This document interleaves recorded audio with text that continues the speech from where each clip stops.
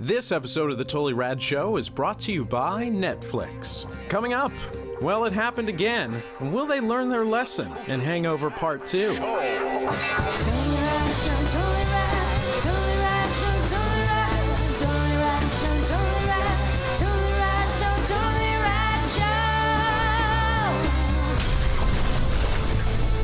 Everybody, and welcome to the Totally Rad Show. We've got a great week. Today we're going to be finally talking about The Hangover 2, much anticipated sequel to The Hangover. We got another sequel on Tuesday, a video game sequel called the Sequel? Sequel? Yeah. Witcher 2 role-playing game, PC role-playing game. Mm-hmm. And then on Wednesday, you ask them, we answer them. Q&A with the TRS guys. Very nice. And then on Thursday, in honor of the new X-Men First Class movie, we're actually talking about X-Men First Class, the comic book, which came out, what, in like 90-something or 2000-something? Oh, it's definitely 2000... What? But not super recent.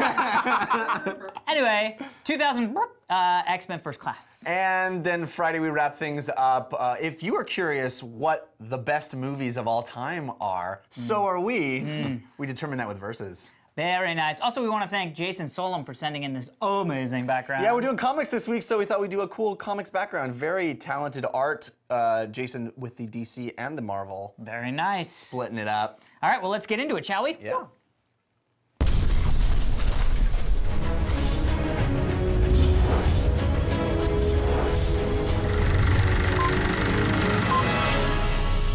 Today in movies, we're talking about The Hangover Part 2.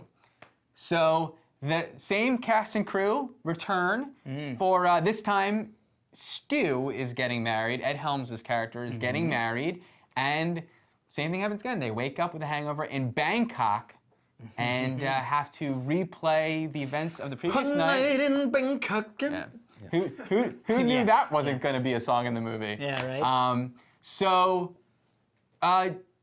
Alex. Yes. You didn't get to review the first Hangover with us, And but I you think ended up you loved loving it. it. Oh, it's amazing. Yeah. It's what I mean, it's yeah. One of the best comedies amazing. of the past. Yeah. I think Hangover 2 is probably one of the best sequels ever executed, in my opinion, because it hits. It is a movie that sort of screams for how the hell do you do a sequel to a movie where guys wake up after being drugged when clearly these are the least likely people to ever be drugged again. And the way that they were able to hit the same notes without it feeling like it was really shoehorned or like forced how it happened was genius. I mean, it's like everything that you think you would, it's like, I would know, you know, he's got the napkin, I mean, all this stuff in the trailers, like he's got the napkin on the thing, he's like, I have that there so I never get roofied again.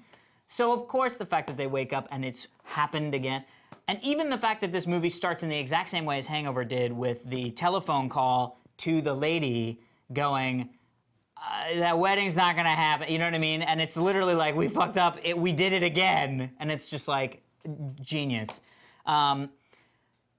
The Hangover 2 is hysterical. It's hysterical. The thing that I remember about The Hangover 1 was that when I first saw it, I wasn't laughing all the time, but the laughs were gigantic. And then in rewatching, there are so many little things that I remembered. It's so fast and packed with humor, you literally miss things the first time. And I found myself now, when I walked out of the movie, I was like, oh, that feels like it wasn't as funny as The Hangover, the original one. Then, as I'm seeing the trailers for it on the TV, it's like, no, it is as funny as The Hangover was. You just have to see it multiple times in order to appreciate all of the stuff that is going on. So I had a blast. I think it's freaking hysterical. You have shocked me with your review. Welcome to Shocktown. Jeffrey, you didn't like the first Hangover. Well, no. No. Yeah, I was gonna say, I remember watching your reviews and going, I didn't what? hate it. I just couldn't. I don't understand what the hullabaloo is all about. I thought the end credits were very funny. Right. And then I think the end credits in this movie are very funny too. I'm definitely not as enthusiastic as Alex. I think this is. I agree that they managed to pull the magic trick twice, which is difficult to do when you know how it's done. And I think that that's impressive. It's interesting to me that this movie is so much darker than the first film. It's Las Vegas is like, hey, crazy, what happens in Vegas stays in Vegas. Yeah, there's the mobs there, but it's mostly just blah, blah, blah. Yeah. Bangkok, different story. Yeah. Yeah. Darker, and Yes. they embrace that. It lives which up to its name. I think is very admirable that they go there and they let it be seedy, and the whole movie looks grimy, and there's like a filter. It looks like on everything that is makes it not look picturesque for the most part. And I'm impressed with that. And then what happens is also very dark and kind of disturbing sometimes. So I admire that about it. I didn't have a lot of fun watching it. I like Zach Galifinakis a lot, but so much of this movie, his shtick doesn't land on me in the right way. And I think I'm just not hip to this, whatever the spin is that they do on these films. It's jive. Yeah, I'm not hip to its jive. Yeah. I think Ed Helms is funny when he's freaking out, and he freaks out a lot in this movie. And there were a few times where I laughed, but for the most part, I was just going through the motions of, this is, I mean, there's nothing super unexpected that goes down. There's not Really? a big, well, I mean, I don't know. And then there's the wrap up at the end It's is predictably so unpredictable. Yeah. Is that your review? Predictably Yeah, unpredictable? maybe. I loved Hangover, and I feel similarly to this as I did to The Hangover, and I even said this about Bridesmaids. Is I didn't laugh that much watching it, but it's a really fun ride. Though this one less of a fun ride. I didn't even know what the jokes were. I felt like they really spent time and effort into what is the craziest, shocking thing to happen. It's not a funny thing to happen, it's just a crazy, shocking thing. And what can we not show what have we not shown yet on camera? Now we're gonna show you that face to face on camera. Even going as old as, just jokes that have been in a million movies where, transvestite humor. But now the joke is that we are. I think we're watching different I know, I was gonna say, I don't know if I've seen it. Maybe I'm just watching too much the Disney. gag and a naked gun or whatever, where like you see the silhouette and the guy's got a, right? But here we see a penis, so now it's funny. More than one. Yeah, more than one. Now it's funny. And I don't get how that it pulls off this wonderful trick of being a sequel, because I feel like Back to the Future sequels and Die Hards, like they always have the like it happened again, I feel like that's not I think that this is a uncommon for sequels. more difficult in a lot of ways, just because it's so improbable. Yes, exactly. And to have it happen again is that's the even... same thing. I would say that is what's fun with all the Die Hard things. Well, but like the And cop, it's just as that cop campy. is gonna be in the situation. Like you don't go, oh, weird. The cop is in another situation where he has to be a cop. Like, but with this, you I go, don't know. if somebody drugged me in Las Vegas, that shit ain't happening I again. guess I That's feel what like- I mean. And they figured out a way for that shit to happen again. Yeah. I mean, it didn't feel brilliant. It felt like you had to excuse anyone. Okay, but anyway, what I loved about the movie though is the production design. You alluded to this, but the production design and the cinematography. The months leading up to this movie, I kept on thinking, wouldn't it be cool to make like a non-comedy Hangover movie? And I kind of feel like, crap, they just made it. Like, it's all, the locations is all awesome. As I said, the production design, the look of the movie is great. I love all the locations. There's so many different looks. The look of that seedy motel they're in, the look of the strip club is beautiful. I mean, this is how you'd shoot. I wish we had a straight up action movie in these settings. There's an amazing it's great. skyscraper moment where they're standing on there's like a handrail and then nothing. And it's like, people can be on a building where you're just however many stories up, just hanging out on the stairway. Right. I kind of got, woo. Yeah. Crazy locations. So, yeah, I mean, once again, didn't laugh, but there's something to appreciate about the kind of, just the structure of this kind of movie where you have the piece, where it's this fun sort of thrill ride, but yeah. Yeah, I liked it, I think, more than that. Certainly. Yeah, it's a tough thing because I think it's going to be a crowd-pleasing film. I don't know if people will come out of it feeling as light.